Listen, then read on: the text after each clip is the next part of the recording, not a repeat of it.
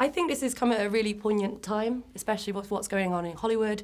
You know, you have a woman who is basically kind of belittled a lot by men, not given a chance. You know, do you look back on this film and think, you know, how much has it actually changed? Because there's a lot of toxic masculinity I see in the film that I feel like it's still around today. Totally, yeah.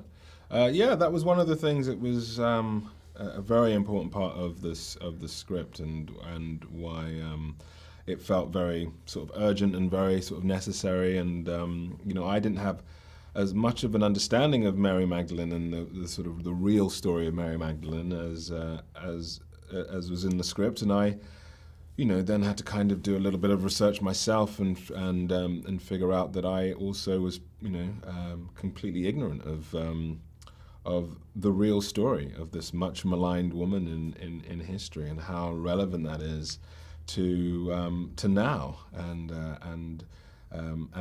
women in film, women in cinema, and stories that are led by women in cinema.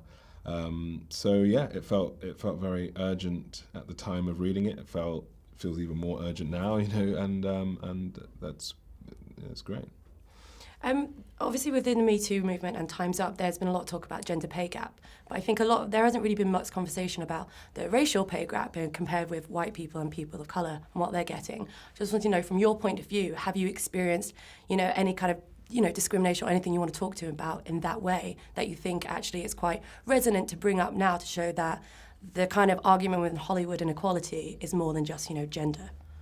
Yeah, I think that any form of discrimination needs to be looked at, needs to be attacked. You know, I think that the sort of movement of everything is about human respect and about equality and about justice. You know, and making sure that those things are part of our discussion in cinema, but generally, and moving into our society as a whole.